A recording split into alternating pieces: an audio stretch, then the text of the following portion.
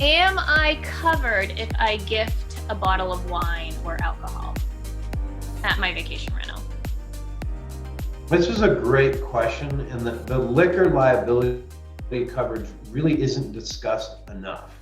Now, homeowners, landlord, and commercial insurance. Remember, we've got three options. Those are our only three options.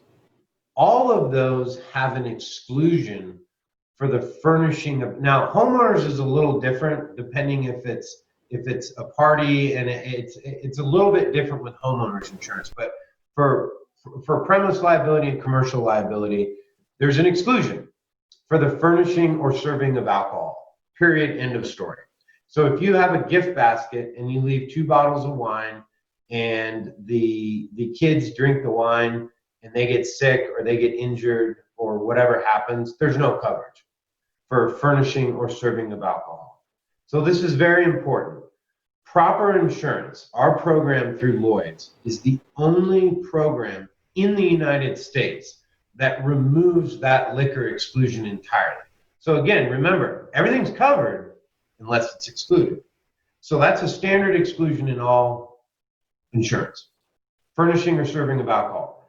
You need a liquor license, you need to go down the path of buying liquor liability coverage, if that's your business. Proper removes the liquor exclusion. So our insureds, yes, there would be coverage because we remove the liquor exclusion.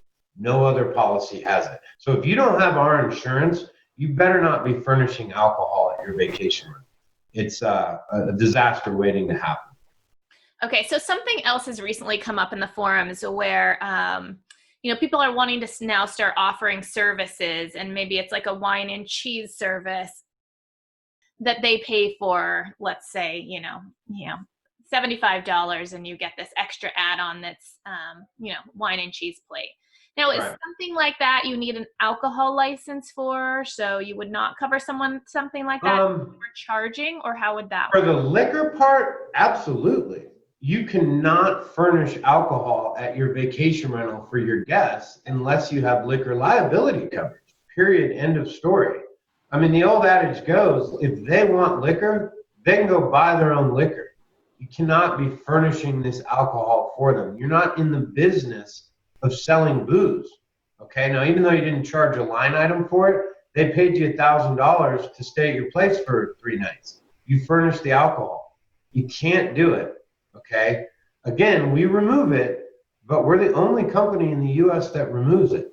This is a really big deal. Now, as far as food, can you leave some cheese in the refrigerator in a basket and things like that? That's foodborne illness. So somebody eats this food and they become sick or ill and they come back and they sue you. Is it covered? So the question is, how do we know if that's covered? Is it excluded? Remember, everything's covered unless it's excluded. So you have to look through your policy for foodborne illness exclusions. A lot of policies have them. Proper insurance does not. So if that happened, as of now, our policy would respond to that. Okay. So the point is that if you are selling or upselling with alcohol, it is covered by proper insurance, but you probably want to check your local licensing laws to be sure that you might be required to have a license to serve and sell alcohol at your vacation rental. Potentially, yes, absolutely.